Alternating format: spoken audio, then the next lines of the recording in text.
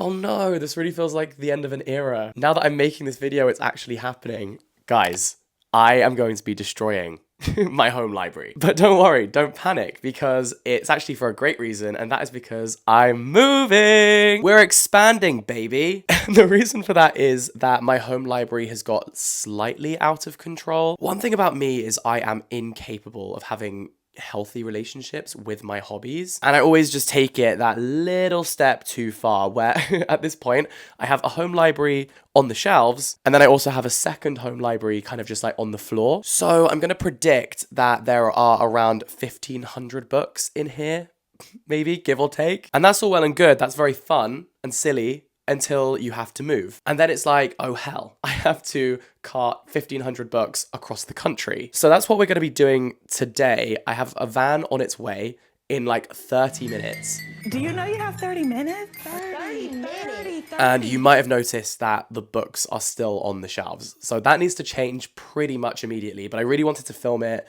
And firstly, I really wanted to give you a tour of the home library. So welcome to the video. Let me show you what we're working with. Everything about this feels wrong. Like taking these off the shelves, destroying this space is like making me feel physically repulsed, because this is my happy place. This is the greatest room on earth, in my opinion. I love it so much, and I built these bookcases exactly how I wanted them. And so to take this apart, my body is rejecting the very notion of doing that. This feels like the burning of the Library of Alexandria. Not that I'm dramatic, but you know, this is my emotional support bookshelf. So I need it. But we are going to be building something bigger and better, and I'm so excited about it. I have way more shelves in my new place, and I hope that by the end of this series, we are going to have the dream home library. So let's show you around. This is what we're working with. The issue, of course, is not this part. It's all of these along the floor, and then this as well. It just keeps going and going and going. And actually at this point, it's not helpful, because the whole point of the bookshelves was that I'd be able to find all of the books that I have. And now that's not really possible because they're stacked like this. However, I want it on the record that there is some method to this madness. On these two shelves right here, I have a bunch of translated fiction. This was my first mistake, thinking that I could contain myself to just two shelves, because that's actually mostly what this is down here. This is the overflow of just those two. But I'm excited by the prospect of expanding, because it means that I can display all of my Murakami books together. This shelf at the moment is Japanese and Korean literature, but I think I could do a whole shelf of Japanese and a whole shelf of Korean literature. These are my gorgeous charcoal press editions, which I just think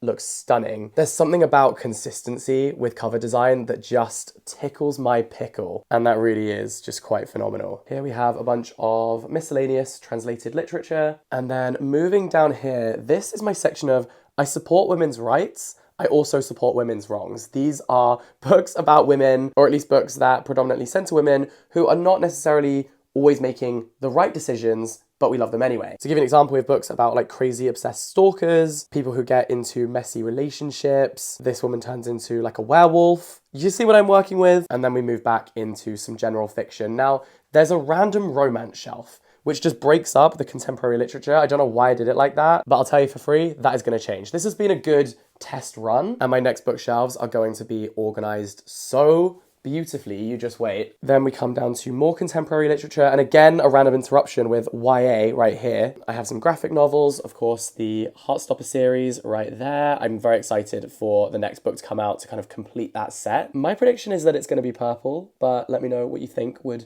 be the next choice if you were designing this series. So I kind of have some young adult fiction down here, and then on this skinny little thing in the middle I have got short story collections up here that kind of leak down onto this shelf as well. Then these are my Penguin mini cloth-bound classics. I mean, look at them. That is a lineup of supermodels. Are you kidding me? And they just look so good together. I'm excited to display all of my books properly on the next shelf, and I need to like finish this collection. Then here we have a bunch of Greek mythology and then other mythological retellings over here. Again, I have loads more, so I can definitely expand this. These books are kind of like thrillers, murder mysteries. I've got my Sherlock Holmes books, some Agatha Christie's, and other things of the like. These books are World War I and World War II books, and then these are my dystopias, kind of starting with books like 1984, and then The Hunger Games, Parable of the Sower. You know what's terrifying? The Parable of the Sower is like a climate disaster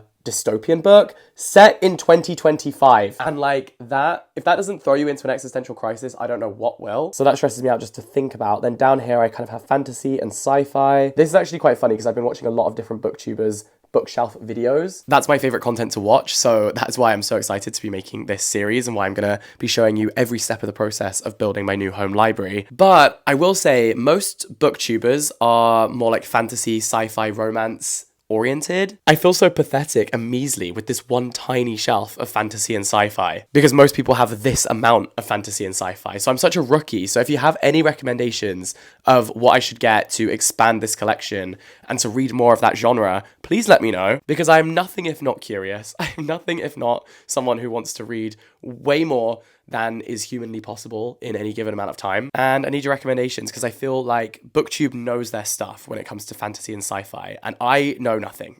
There's a deficit of knowledge in my brain. Litfic is my thing. Litfic is my bread and butter. But you know what? I need a little bit of jam. I need a bit of Nutella. I need some spread. And so I'm very open-minded to reading more genre fiction. So let me know if you have recs. Up here, I think this is just excellent. These are my classics. Oxford World classics, Penguin classics, Wordsworth classics. I will say the spines look good. The covers often don't. Wordsworth classics, I don't know who is in charge of their cover design, but they are generally quite terrible. The girl in red over here is my collection of Christopher Isherwood's books, who I wrote my dissertation on when I was at university. A lot of these are books I studied during my degree. Here I have my Penguin Modern Classics. Not sure how that one snuck in there. There's an imposter. There is an imposter among us.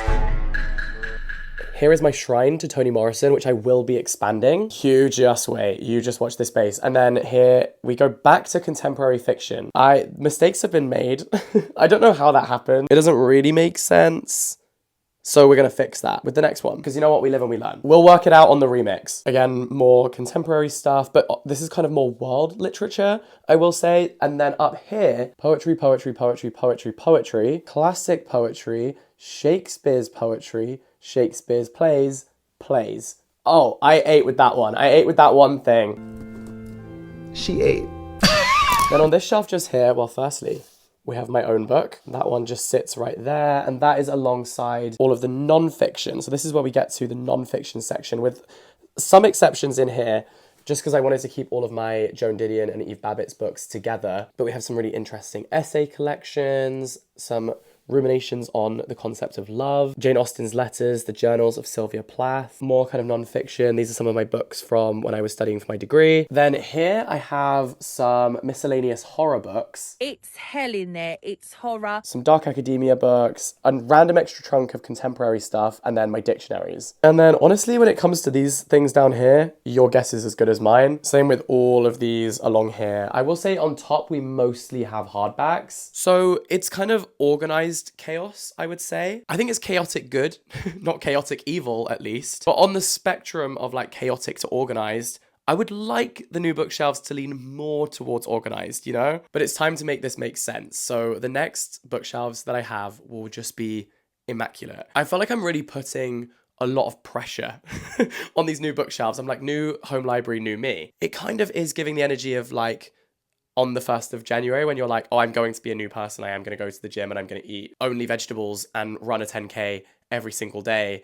And that's me now because it's the 1st of January. So I'm changing my life. That's kind of how I'm treating the fact that I'm renovating and that I'm getting a new home library. I'm like, this is the start of something new. So it feels so right to be here with you. Thanks for coming. Thanks for being here. So I had some other miscellaneous books. I don't know how many times I can keep referring to them as miscellaneous before it's like, you're just a mess, Jack. But I also had, you know, little stacks of books everywhere lying around because, listen, I love how this looks. I love having organized bookshelves, but I also love the aesthetic of just loads of stacks of books everywhere. And so in the attempt to have the best of both worlds, my bedroom also had loads of books in it, which I thought would fill up maybe one box. They filled up 4. So that was humbling to start off with and made me realize the severity of the issue at hand and just how complex perhaps this is going to be. But I'm going to take you along for the ride. We're going to start putting these books in boxes and it feels so wrong,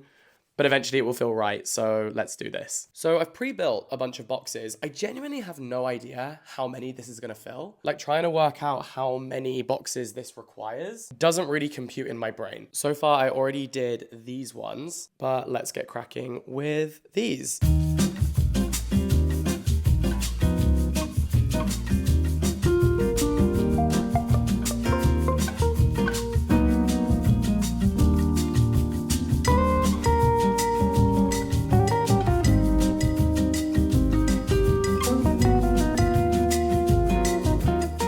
So I tried two different approaches. One I stacked this way and the other I stacked this way. So these are stacked on their sides and this is double layered. But then I started to wonder whether that's not very good for the spines of the books. I'm not sure. So I think this way might actually be more effective, where they're kind of stacked upwards, where they're stacked one on top of the other. So I think I'm going to keep going with that method, but hello, that's looking pretty good. However, that's 2 boxes just for that. So I'm feeling a little nervous that I don't have enough.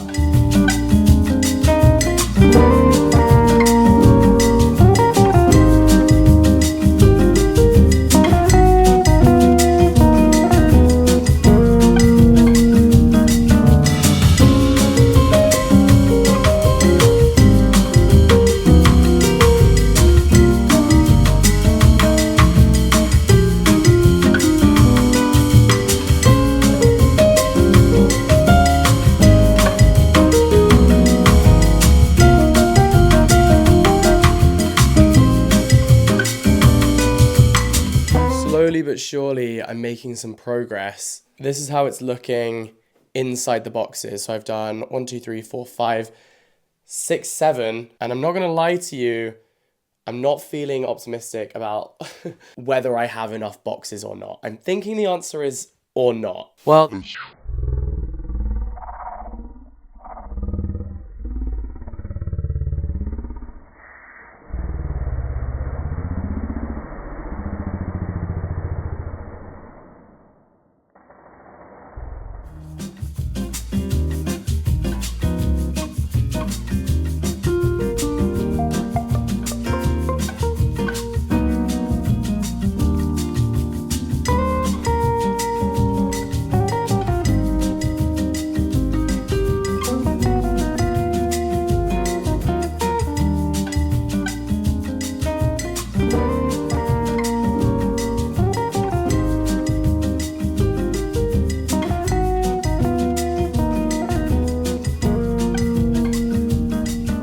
so this is the progress. I would definitely say that I'm at the point where I am considering hobbies that weigh less. Like, I might get really into feathers or something that doesn't weigh as much as thousands of books. Oh my God, I don't need to go to the gym for like a good week, maybe a month. Maybe I won't go for the rest of the year, just as a little treat to myself. But the bit that's alarming me is this. We don't need to look at that. There's some still up top there. There's these ones down here, but I think I have enough boxes, which is good. And honestly, a relief, because I don't know what I would have done. I guess they would have to be loose in the van, but like raw dogging moving house, I don't think that's the avenue we want to go down. So pray for me. Thank you very much. Well, here they are. Oh my God. That's insane. We've gone from Jack in the Books to Jack in the Box real quick. The worst part is knowing that we have to carry them the other way on the way back into the new apartment. But for now, at least, that looks very satisfying. Okay, are you seeing this? I thought this day would never come, but it has. The bookshelves are empty. This is so weird to see. I'm going to take this with me as well that my mum made for me, one of my most cherished possessions that I have. And look, I just can't stop staring at it. It just looks so wrong. Deeply disturbing and wrong. So here is the van. This is the space that we are working with. I reckon this is fine. We are doing a DIY move, which I think... well, we'll see how this goes. So let's move these boxes into the van.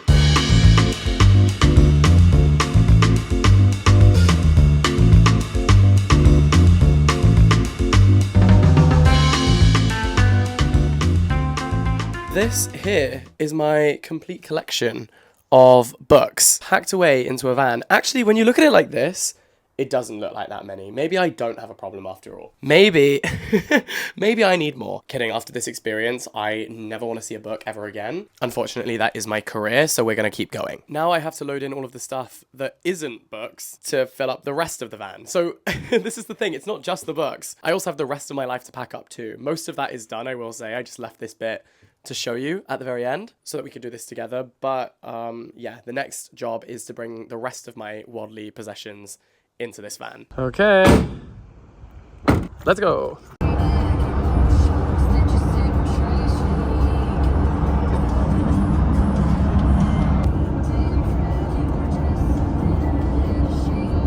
Okay, we have made it. Now we have to get these out. Starting to run out of space a little bit. I'm just happy that this survived. While I was recording this clip, I had no idea that at this exact moment in time, just outside my front door, we were in fact getting a parking fine.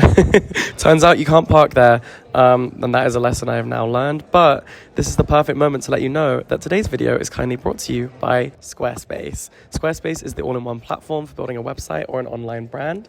And the best news is you don't need any coding experience, you don't need any web development expertise. You can just use their range of incredible templates to build the perfect website and customize. Squarespace has a range of incredible features, for example, the ability to make a blog, an email sign-up list, flexible payments, and they even have SEO AI, which basically means that your website will appear high on search results. So all of your hard work does not go to waste. So if all of this sounds incredible, then you can head to squarespace.com right now for a free trial. And then when you're ready to launch your beautiful new website, you can use the code squarespace.com/jackedwards to get 10% off your first purchase of a website or domain. Thank you so much to Squarespace for sponsoring this video. And now back to the move. Oh my God. Okay, I have to say, this is a success. And that took us like 20 minutes to do. Hello MTV, welcome to my van.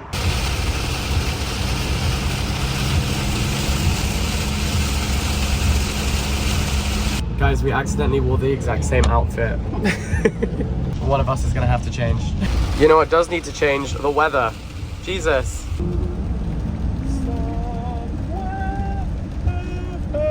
Oh, that's nice. We actually just rented this van from B&Q. It made the whole thing a lot cheaper than hiring a removal company, so that's our ride. It has served us very well. And if you do end up renting this same van, I want it on the record that that was not us. I've had a little bit of a disaster because I was meant to be getting my bed today as well. However, they brought the wrong lorry, which can't park outside my house. They need a small van, and so they didn't deliver it. So now I have nowhere to sleep. So I guess a night on the sofa it is. So here they are, the empty shelves. I find this to be unsettling, upsetting, unsavory, absurd, and frankly annoying. It just is so wrong to see them like this. It feels like there's something missing. I'm like, you've forgotten to wear your clothes. You've turned up naked. It's embarrassing. And it kind of also feels a bit like, maybe this is dramatic, it feels like the end of an era because I filmed so many videos here. It's been so fun.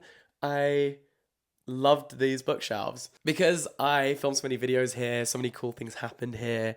And I'm getting sentimental, but I'm literally about to rebuild shelves in my new apartment and it's going to be amazing. So it is going to be net positive, but this is the current situation. Okay, thanks a lot. I hate it. It's actually crazy to think that this can hold that number of books. One thing I did find was this mini brand's books. I basically have these mini books. They're so sweet. I mean, you know, the book buying addiction is strong when you also have mini versions of the books. This is Diary of a Wimpy Kid. They have, what else? There's some like Roald Dahl books in here. We have the Twits, and I just keep them in this jar. But I found one more that I never opened. Where can I prop my mic? I hope you can still hear me. This is gonna be like ASMR because the noise it makes when it opens is so satisfying. Are you ready?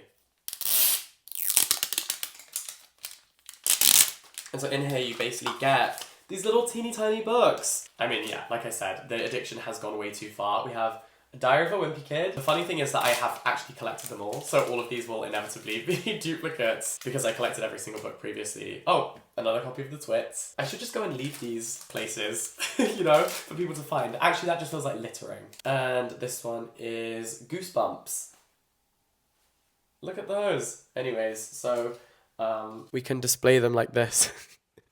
on my bookshelves. Actually, that just feels a little bit sad and pathetic. Now I have to clean this up. But thank you for watching this video. Thank you for watching all of the videos that I filmed in this space. I've got big dreams. I've got big goals for what I want the next bookshelves to look like. To give you a little preview, the wood is darker. I went for a darker color wood, and I will say I felt insecure about my decision ever since making it. I can't decide if that was the right thing to do and whether it's gonna look good or not. Because when I look at these, I'm like, oh, these are just perfect. I really love this color, but my new wooden floor is basically the same color as this. So I thought it would be too much of this kind of light wood. So I went for a darker, more mahogany, feels like more mature, kind of more masculine. I don't know, I really like it. And then I think what I need to do is get extensions on the top, which you can buy. They're currently out of stock though. So I'm going to assess the situation because I also have more shelves. So there's more on that side and more on that side. So we're expanding outwards. I'm thinking we could also expand upwards. So potentially I could also get